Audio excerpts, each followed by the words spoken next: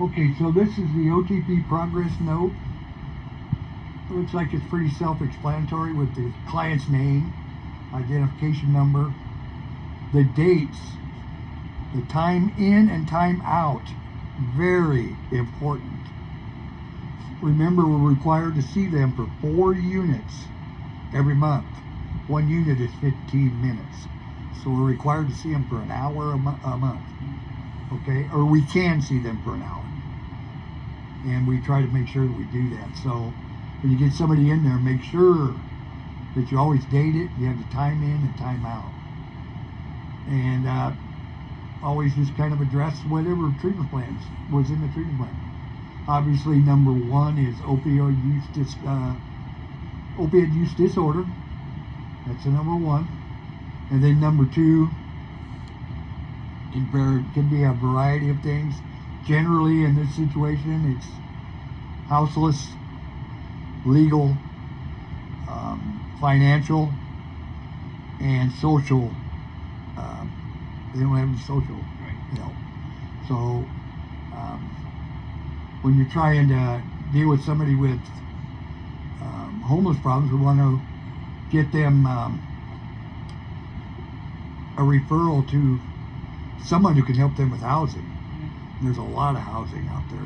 You go online and search it, and it's pretty simple to find.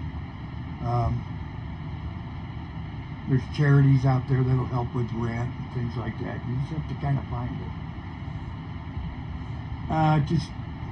Write out what the progress is of these goals. So if one's homeless and opioid use, look and see what's the progress towards the opioid use. Is there any use at all?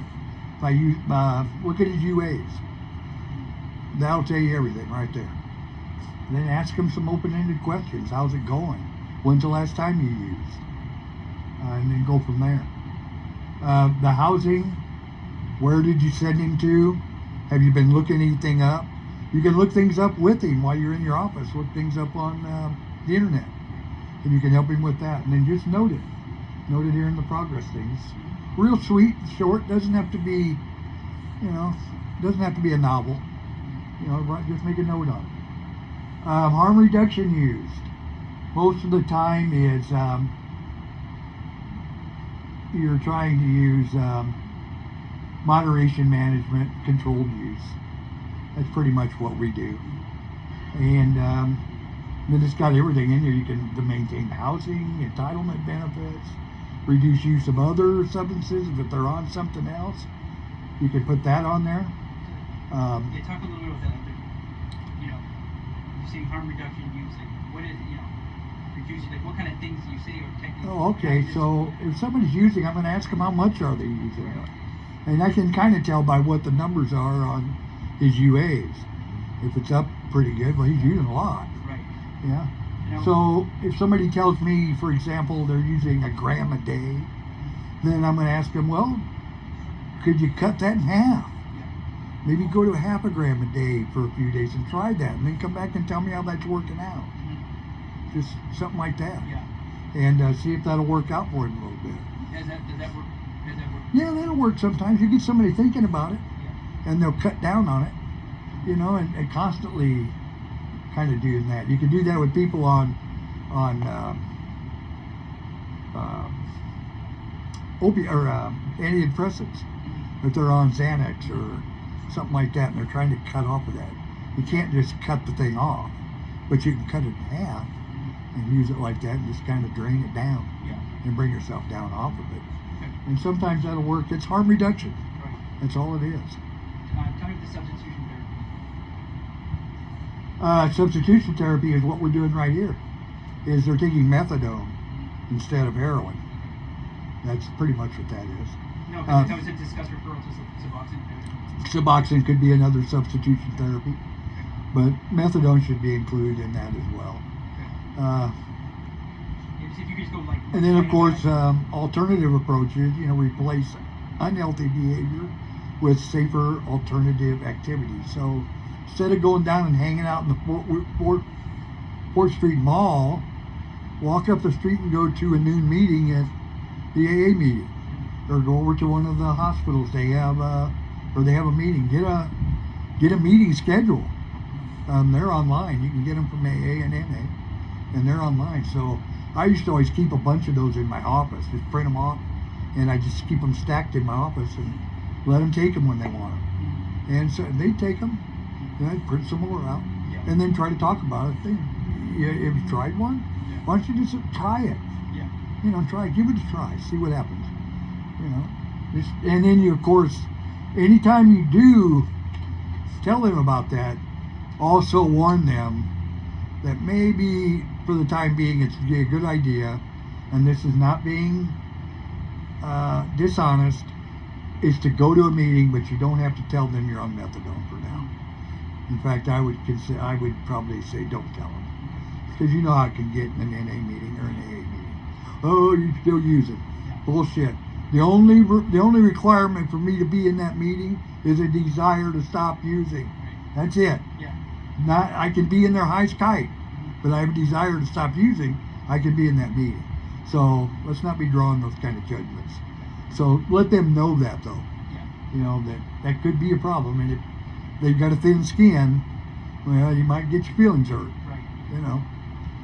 So there you are with that. Yeah, that was good. So now I guess the motivational interview, the stages, if you want to speak over just a little. Oh, okay. Like pre-contemplative. That's pretty much self-explanatory. That's just somebody who doesn't think they need any help whatsoever. It's not a problem. The only problem they have is they don't have enough money to get it. That'll be their common answer with that. Only problem I got is I ain't got enough money. That's a problem. Okay. But, you know, contemplative, well, they're starting to think about it maybe. Maybe something's happened. You know, they're broke all the time. They're homeless. They can't pay their bills. Maybe there's something wrong here. The preparation. Now they've called us. They've come into the office. They've come in. They're getting on the clinic. So they're preparing to maybe do something. And then hopefully, when we get them in there, we can coax them into an action stage. But it has to be on their terms, of course. This is person-centered therapy. So we have to keep it that way.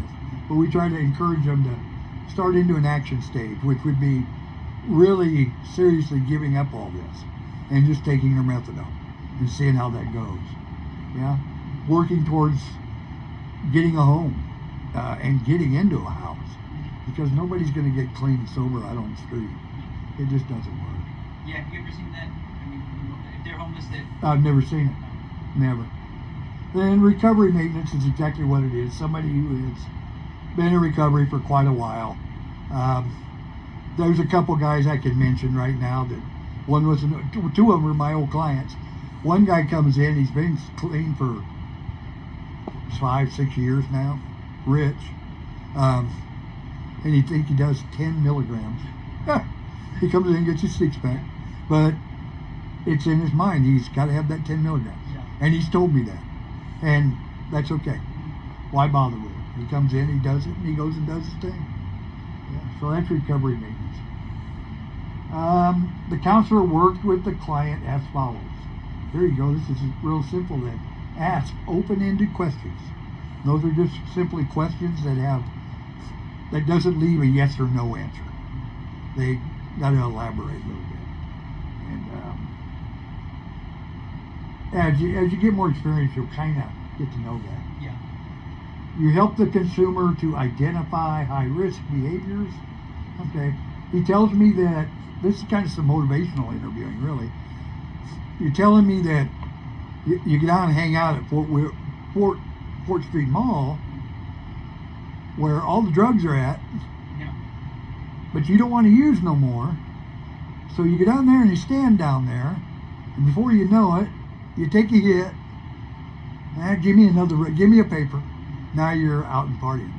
So how is that working for you? Yeah, how's that working? So, you know, that's trying to help them to identify that high-risk behavior or anything else they're doing. Whether it's stealing things and getting caught, or shoplifting, or still using. Prostitution could be something like that. And of course, express empathy. That's one of the biggest things that we need to be doing, really, and it's just reflective listening. It's where, did I hear you right? you really do want to quit, Yeah. and but you can't help yourself. You're down at Fort Sweet Mall every day. Mm-hmm. You just can't help yourself. Okay, let's explore that. What else can we do so that you don't have to do that? Right. Yeah. Amplify ambivalence. You know, if I want some, I'll take some. I don't know. Do I really want to do this? I don't really care. So you want to summarize that statement. If they're ambivalent to it, well, then they're still in a pre-contemplative or contemplative stage. Mm-hmm. You know, if they're talking that way. This rolling with resistance is more motivational interviewing. You know, they're gonna, well, I don't know if I want to do that. Okay, well, maybe you can do it this way. What do you think about that? Have you ever thought about doing it like that? You know, and encouraging them to look at different ways to do something. You know, and just roll with that resistance. You know, they don't want to do that. Okay, but back off and roll somewhere else with it. Yeah. Mm-hmm. Support self-efficacy, affirmation, which, hey, you're doing a pretty good job. You're trying. He did cut down. He's doing a half a gram a day. Yeah. Hey, man, he was doing a gram last week a day. He's down to a half a gram. So there we go. We're making progress. Mm-hmm. Now, can you maybe cut that in half? Right. You know, try that. Yeah. You've had a lot of success with that? Yeah. Yeah. Yeah. It's a little bit more reasonable. Yeah. You know? I've had guys actually go, man, I quit. I did it. Great. And there's some self-supporting self-efficacy. You know, good job. You know, that's more motivational interviewing, that is. Then, of course, the medication management addressed. A lot of times there'll be no changes, okay? Nothing's really happening. They can't seem to find a place to live. They're still hanging out at Fort Street Mall. Mm-hmm. But we've addressed all that up here. You're making notes on it. And, you know, so you're looking also to our administrative withdrawal. We're not doing any of that right now. That would be... Just talk about a little bit with that. Well, that would be where either the doctor's going to put them on Suboxone. They would take them off of the methadone, and you go into actually a withdrawal. Yeah. And then they give you the Suboxone. Oh, okay. Yeah, so that'd be something like that would be administrative. We don't really do that because we don't do the Suboxone, Yeah. but it's done. It's, you know, in some places it is done. So it's kind of good to have it in there just to, you know. Or it could be they're being discharged.